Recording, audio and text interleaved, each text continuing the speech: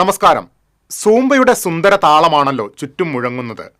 ചിലർക്കത് അപശ്രുതിയായാണ് തോന്നുന്നത് എന്നു മാത്രം.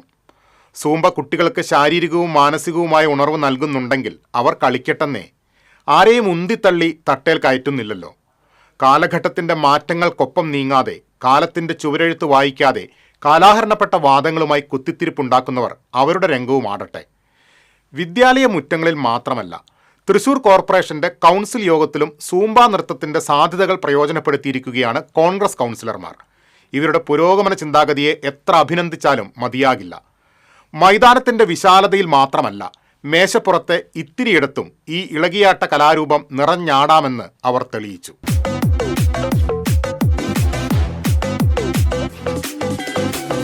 നഗരപരിധിയിലെ തോടുകളാണ് വിഷയം. MG റോഡിലെ കുഴിയിൽ വീഴാതിരിക്കാൻ ബൈക്ക് വെട്ടിച്ച യുവാവ് ബസ് കയറി മരിച്ച ദാരുണ സംഭവമുണ്ടായത് കഴിഞ്ഞ ആഴ്ചയാണ്. കോലോത്തുംപാടത്തെ റോഡിലെ കുഴിയിൽ വീണ് ദമ്പതികൾക്ക് ഗുരുതര പരിക്കേൽക്കുകയും ചെയ്തു. നഗരം നിറയെ നാനാദിക്കിലും കുഴികൾ ഇങ്ങനെ കൂടുമ്പോൾ കൗൺസിൽ യോഗത്തിലും ഒരു കൂട്ടക്കുഴപ്പം ഭരണപക്ഷവും പ്രതീക്ഷിച്ചിരുന്നു. വേണ്ട വിധം തയ്യാറെടുത്ത് തന്നെയാണ് വേറിട്ട പ്രതിഷേധത്തിന് പ്രതിപക്ഷം എത്തിയത്. മുൻപ് KM മാണിക്കെതിരെ നിയമസഭയിൽ LDF നടത്തിയ പ്രതിഷേധമായിരുന്നു പ്രധാന റഫറൻസ്. കൂടാതെ KSU കുട്ടികളുടെ പഴയ ചില സമരങ്ങളുടെ വീഡിയോകൾ ആവർത്തിച്ച് കാണുകയും ചെയ്തു. കോൺഗ്രസ് പാർലമെന്ററി പാർട്ടി കൂടി യുദ്ധതന്ത്രങ്ങൾ ചർച്ച ചെയ്തു. ബങ്കർ ബസ്റ്റർ ആയുധങ്ങൾ പ്രയോഗിച്ചാലോ എന്ന് യോഗത്തിൽ ചിലർ ചോദിച്ചു അത്രേ. വേണമെങ്കിൽ ട്രംപുമായുള്ള ചർച്ചയ്ക്ക് പാർട്ടി ചെലവിൽ അമേരിക്കയിൽ പോകാനും ചിലർ തയ്യാറായിരുന്നു. സമയക്കുറവ് മൂലം ആ ആവശ്യം തൽക്കാലം പരിഗണിച്ചില്ല എന്ന് മാത്രം. എന്തായാലും ചോര വീഴ്ത്തണം എന്ന കാര്യത്തിൽ ഏകാഭിപ്രായമായിരുന്നു. എന്തെങ്കിലും കാരണവശാൽ വീണില്ലെങ്കിൽ പ്ലാൻ ബിയും തയ്യാറാക്കി.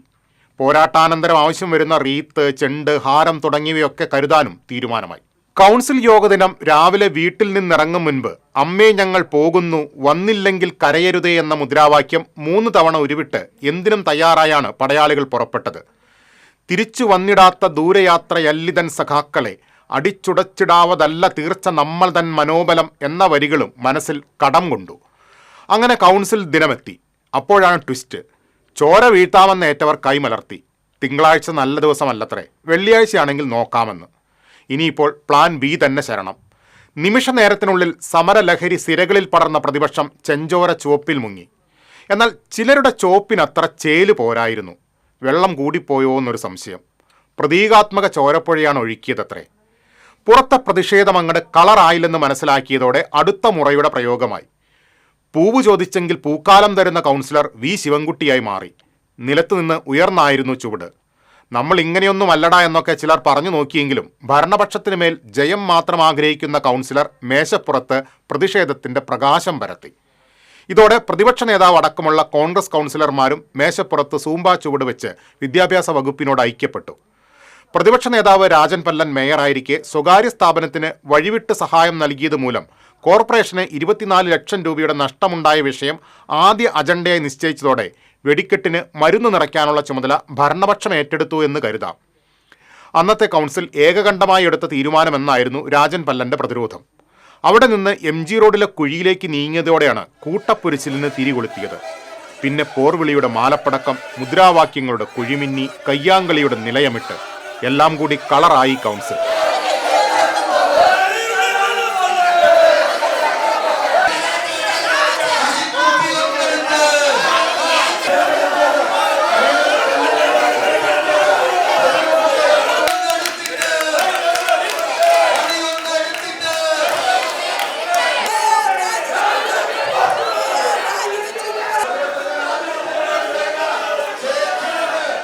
ഗാന്ധി മാർഗത്തിലായിരുന്ന BJPക്കാർ കറുത്ത തുണി കൊണ്ട് വാ മൂടിക്കെട്ടി ആഴമേറിയ മൗനത്തിലൂടെ ആരെയും നോവിക്കാതെ ആരോട് പറയാൻ, ആര് കേൾക്കാൻ എന്ന മട്ടിലിരുന്നു.